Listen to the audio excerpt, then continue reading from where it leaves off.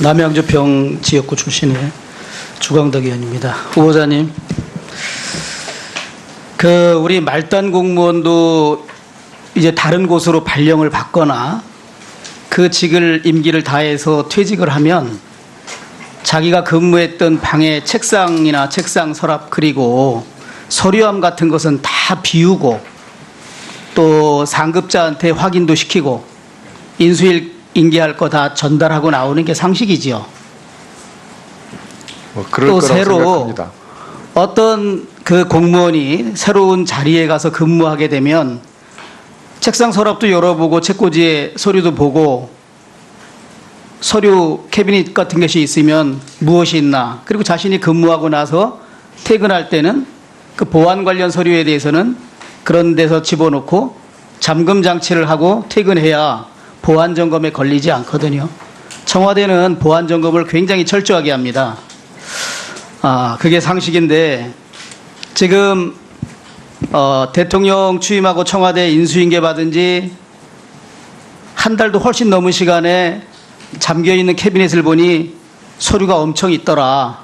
이것이 지금 청와대 문건 발견해서 브리핑한 내용입니다. 그러니까 상식적으로 도저히 믿기가 어려운 내용이죠. 제가 그 서류 자체의 진위를 문제 삼는 것이 아니라 청와대에서 문건을 발견했다고 국민한테 발표한 그 문건 입수한 발견하게 된 경위에 대한 발표는 저는 거의 거짓이라고 확신합니다.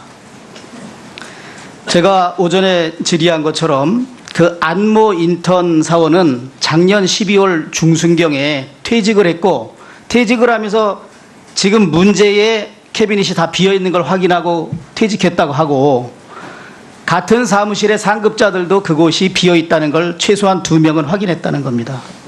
그리고 나서 금년 5월 30일경 엄모라는 이 여직원도 인턴 사원입니다. 이 사람이 이제 들어온 것은 5월 30일입니다. 그때까지는 아마 그 자리에 근무자가 없었던 모양입니다. 그러면 제가 여기서 참 이게 누군가가 지금 장난을 치고 있는 것이 아니냐. 당선돼서 청와대에 새로운 정부의 팀이 들어간 5월 10일부터 엄모라는 그 인턴 사원이 그 자리를 간 5월 30일까지 사이에 누군가 불순한 의도하에 문건 공작을 한 거 아닌가, 저는 그 강한 의심을 가질 수밖에 없어요. 만약에 청와대에 근무하다가 5월 8일, 9일 퇴직한 전 정부의 청와대 근무 직원, 행정관이 됐든 누가 됐든 그 직원들이 이 보관하고 있던 청와대에서 생산된 문서를 정식 절차에 의해서 반납하거나 확인하지 않고 그대로 방치한 채 퇴직을 했다 그러면 그 사람 무슨 죄가 되겠습니까? 최소한 직무유기죄는 되지 않겠습니까? 그리고 대통령 기록물 관리에 관한 법률에 의하면 대통령 기록물로 될 수 있는 서류를 은닉하면 또 처벌하는 규정이 있습니다. 그래서 전임 정부 청와대에서 근무한 직원들이 이렇게 여직원 캐비넷 안에 1361건이라는 주요한 청와대에서 생산한 문건을 방치하고 나왔다면 그 당사자나 그 상급 책임자는 최소한 직무유기죄나 대통령 기록물 관리에 관한 법률에 의해서 뭔가 처벌을 받아야겠죠. 잘 아시겠지만 대통령 기록물이냐 아니냐에 대한 판단은 대통령 기록관리 전문위원회에 이관해서 거기 위원회에서 심의를 거쳐서 이것이 공개할 일반 기록물이냐 대통령 지정 기록물이냐라고 분리할 수 있는 것입니다. 비로소. 그런 절차를 다하지 않았다면 그 공무원은 당연히 직무유기죄가 되겠죠. 그래서 제가 여기서 말씀드리는 것은 이 청와대 대변인이 발표한 내용에 저는 도저히 믿을 수가 없다, 이해가 안 간다 그러기 때문에 이 문건 내용만 가지고 특검에서 재판 기록에 제출하거나 뭐 어떤 다른 수사를 하는 것 이전에 이 문건이 과연 적법 절차에 의해서 취득한 문건이냐, 그리고 이 문건과 관련돼서 전임 정부의 청와대 공무원이나 누가 책임져야 될 사람이 있으면 그 부분도 저는 명백하게 규명해야 된다는 그런 얘기입니다. 견해를 듣고 싶습니다. 제가 소상히 알고 있는 내용이 아니어서 지금 답변 드리기는 좀 어려운 점을 양해해 주시기 바랍니다. 저는 개인적으로 그러면 이제 전임 근무자를 다 조사해 보면 내가 분명히 비우고 나갔다라고 확인이 되면 누군가의 문건 공작에 관한 정치적 장난이 있다고 저는 보여집니다. 그러면 그런 일이 왜 벌어질까 제가 개인적으로 추측을 해보면 지금 국가기록물법에 의하면 국가기록물로 지정된 것은 10년 동안 공개하지 못하게 돼 있습니다. 그러면 현재 재판에 증거로 쓸 수가 없겠지요.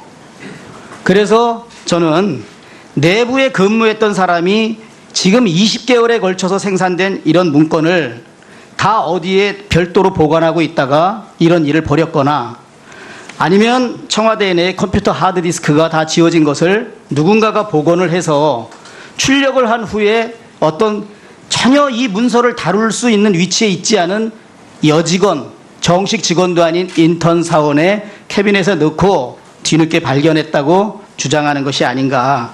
이런 의혹을 정말 강하게 갖지 않을 수 없습니다. 만약에 제가 말씀드린 이런 의도에서 이런 장난, 문건 조작 행위가 있었다면 이거야말로 큰 국기문란 사건이라고 저는 생각이 듭니다. 우리 후보자님, 독수독과의 이론에 대해서 잘 알고 있죠? 네, 알고 있습니다. 지금 판례로 인정하다가 형사소송법에 규정돼 있죠? 네. 적법하지 않은 절차에 의해서 취득한 증거는 증거로 쓸 수 없다. 네. 증거 능력 자체가 없다는 거죠. 지금 이 사건에 대해서 서울중앙지검 특수일부에서 수사를 하고 있습니다.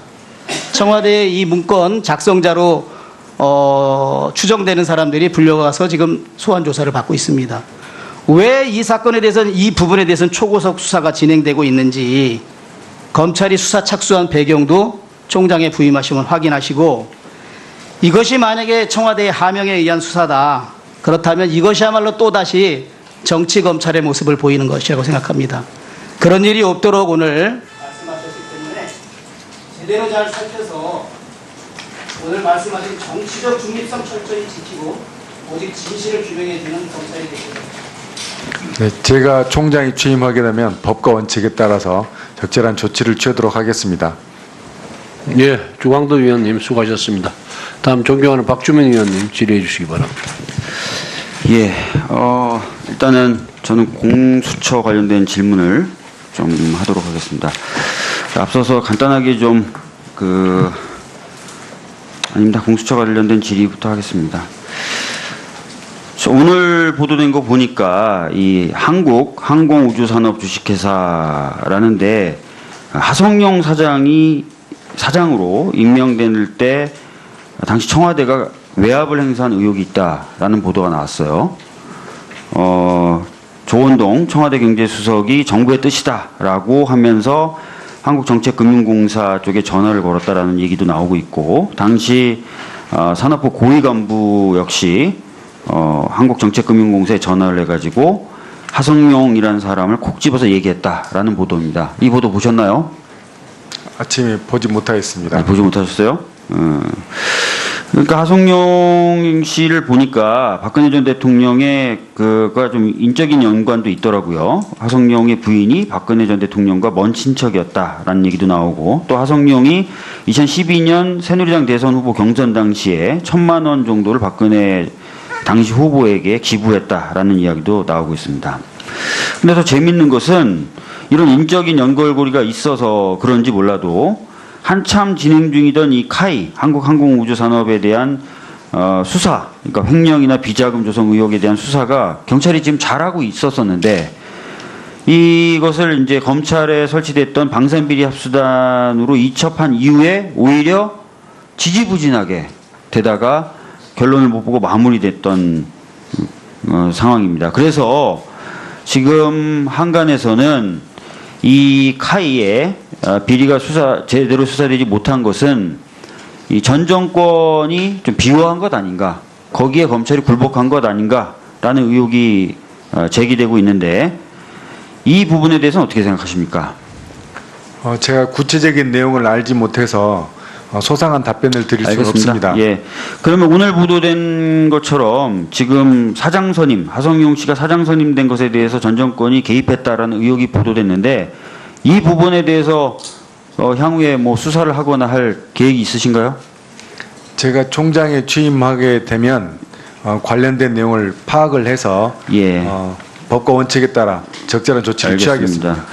이처럼 경찰이 수사를 잘하다가 검찰에 넘어갔는데 수사가 주저하는 경우들 이런 것들이 있기 때문에 특히 고위 공직자와 연관돼 있는 사건의 경우 검찰이 이제 수사를 맡아서 제대로 못하는 경우들이 있기 때문에 바로 공수처가 필요하다라는 얘기가 계속 되고 있는 것입니다. 또 다른 케이스를 하나 좀 말씀드릴게요. 아까 존경한 노회찬 의원님도 얘기하셨는데 바로 오늘 오전에 보도됐던 제주지검장 관련된 사건입니다. 뭐 사실관계나 이런 것들은 아까 질의에서 다 드러났기 때문에 제가 더 추가적으로 뭐 말씀드릴 건 없을 것 같은데 재미있는 것은 이게 보도돼서 제가 좀 더 구체적인 사실관계를 확인하기 위해서 이 해당 검사가 대검에 제출했던 경위서를 좀 내달라라고 했더니 경위서 내주기가 어렵다라는 답변이 오고 그 다음에 제가 직접 한번 확인해 보려고 했더니 오늘 이 검사가 휴가를 냈어요. 오늘 갑자기 휴가를 낸 겁니다. 오늘 하루만.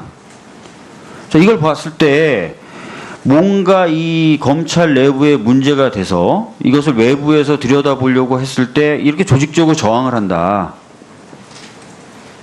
자, 그렇다면은 검찰이 뭔가 자기 스스로 잘못을 바로잡겠다라고 말하는 것, 앞으로는 그렇게 하겠다는 것 믿을 수가 있겠습니까? 지금 진상 조사를 하고 있는 것으로 알고 있습니다. 진상 조사하는데 관련된 자료도 이미 제출돼 있는 것으로도 알고 있습니다. 이런 식으로 자료 제출도 안 하고 갑자기 해당 검사는 휴가를 가버리고 하기 때문에 이런 식으로 뭔가 진상규명에 관련된 외부 기관에서의 어떤 작용이나 이런 걸 막고 오히려 내부에서도 단속을 하는 모습을 보여주기 때문에 검찰에 대해서 수사할 수 있고 조사할 수 있는 독립된 기구가 필요하다라고 저희들이 계속 얘기하는 것입니다. 아시겠습니까? 진상 조사를 마치고 나면 그리고 제가 만약에 총장이 취임하고 나면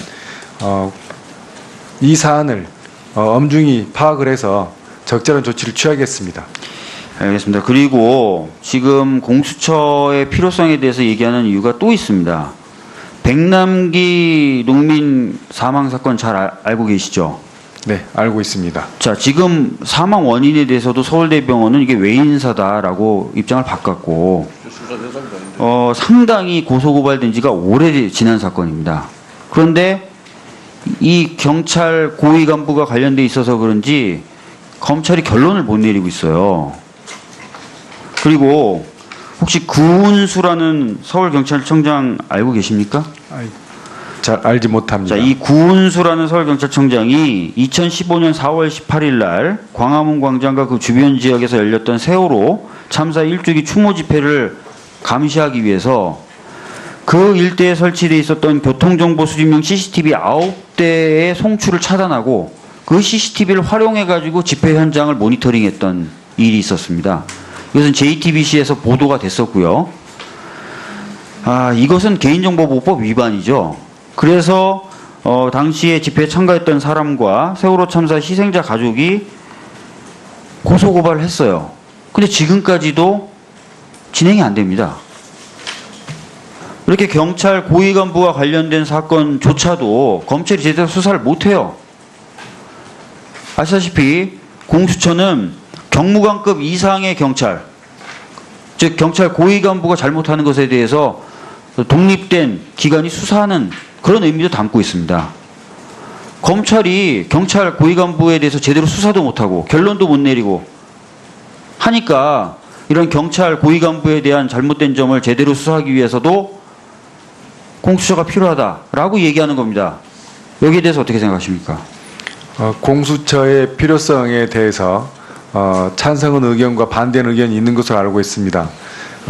찬성은 의견조차도 다양한 똑같은 의견이 얘기하지 있습니다. 마시고요. 제가 지금 들은 사례가 몇 가지입니까? 최근 사례뿐만 아니라 오래된 사례까지 지금 경찰 간부가 관련된 사건조차도 검찰이 경찰 눈치 보느라 제대로 수사 못하고 있는 거 아니에요? 그러니까 공수처 필요한 거 아닙니까? 그 다양한 의견이 있기 때문에 저희가 그 의견을 어느 한 의견만 따라갈 수가 없습니다. 그 의견 논의하는 과정에 저희가 기회가 되면 참여해서 저희 의견을 적극적으로 개진하도록 하겠습니다. 또한 지금 말씀하신 수사들이 잘 이루어지지 않은 부분들은 또 제가 취임한 후에 면밀히 살펴보도록 하겠습니다. 많은 수사는 어느 정도 진행된 걸로 알고 있습니다. 예, 추가 질의해 주시기 바랍니다. 대통령 취임하고 청와대 인수인계 받은 지 한 달도 훨씬 넘은 시간에 잠겨있는 캐비넷을 보니 서류가 엄청 있더라. 이것이 지금 청와대 문건 발견에서 브리핑한 내용입니다. 그러니까 상식적으로 도저히 믿기가 어려운 내용이죠. 제가 그 서류 자체의 진위를 문제 삼는 것이 아니라 청와대에서 문건을 발견했다고 국민한테 발표한 그 문건 입수한 발견하게 된 경위에 대한 발표는 저는 거의 거짓이라고 확신합니다. 제가 오전에 질의한 것처럼 그 안모 인턴 사원은 작년 12월 중순경에 퇴직을 했고, 퇴직을 하면서 지금 문제의 캐비닛이 다 비어있는 걸 확인하고 퇴직했다고 하고, 같은 사무실의 상급자들도 그곳이 비어있다는 걸 최소한 2명은 확인했다는 겁니다. 그리고 나서 금년 5월 30일경 엄모라는 이 여직원도 인턴 사원입니다. 이 사람이 이제 들어온 것은 5월 30일입니다. 그때까지는 아마 그 자리에 근무자가 없었던 모양입니다. 그러면 제가 여기서 참 이게 누군가가 지금 장난을 치고 있는 것이 아니냐. 당선돼서 청와대에 새로운 정부의 팀이 들어간 5월 10일부터 엄모라는 그 인턴 사원이 그 자리를 간 5월 30일까지 사이에 누군가 불순한 의도하에 문건 공작을 한 거 아닌가, 저는 그 강한 의심을 가질 수밖에 없어요.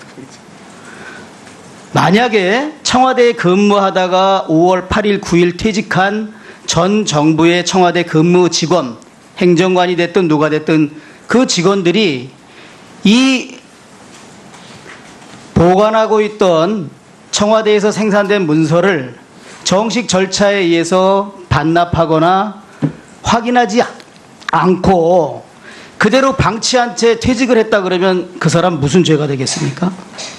최소한 직무유기죄는 되지 않겠습니까? 그리고 대통령 기록물 관리에 관한 법률에 의하면 대통령 기록물로 될 수 있는 서류를 은닉하면 또 처벌하는 규정이 있습니다. 그래서 전임 정부 청와대에서 근무한 직원들이 이렇게 여직원 캐비넷 안에 1361건이라는 주요한 청와대에서 생산한 문건을 방치하고 나왔다면 그 당사자나 그 상급 책임자는 최소한 직무유기죄나 대통령 기록물 관리에 관한 법률에 의해서 뭔가 처벌을 받아야겠죠.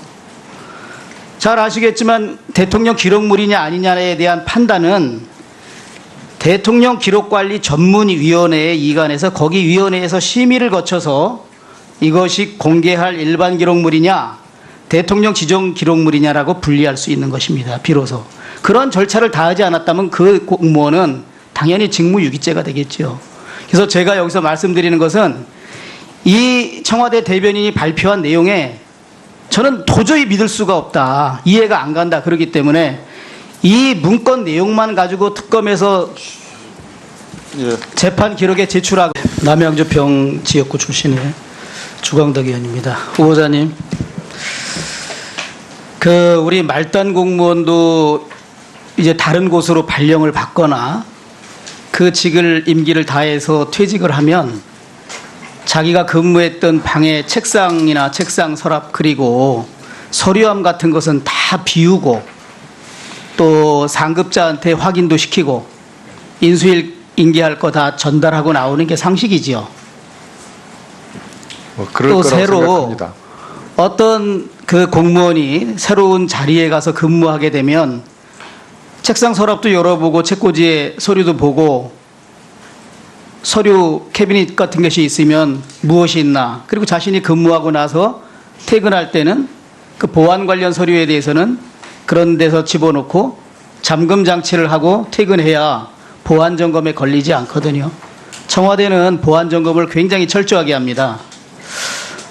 그게 상식인데 지금 대통령이나 뭐 어떤 다른 수사를 하는 거 이전에 이 문건이 과연 적법 절차에 의해서 취득한 문건이냐, 그리고 이 문건과 관련돼서 전임 정부의 청와대 공무원이나 누가 책임져야 될 사람이 있으면 그 부분도 저는 명명백백하게 규명해야 된다는 그런 얘기입니다. 견해를 듣고 싶습니다. 제가 소상히 알고 있는 내용이 아니어서 지금 답변 드리기는 좀 어려운 점을 양해해 주시기 바랍니다. 저는 개인적으로 그러면 이제 전임 근무자를 다 조사해 보면 내가 분명히 비우고 나갔다라고 확인이 되면 누군가의 문건 공작에 관한 정치적 장난이 있다고 저는 보여집니다. 그러면 그런 일이 왜 벌어질까 제가 개인적으로 추측을 해보면 지금 국가기록물법에 의하면 국가기록물로 지정된 것은 10년 동안 공개하지 못하게 돼 있습니다. 그러면 현재 재판에 증거로 쓸 수가 없겠지요. 그래서 저는 내부에 근무했던 사람이 지금 20개월에 걸쳐서 생산된 이런 문건을 다 어디에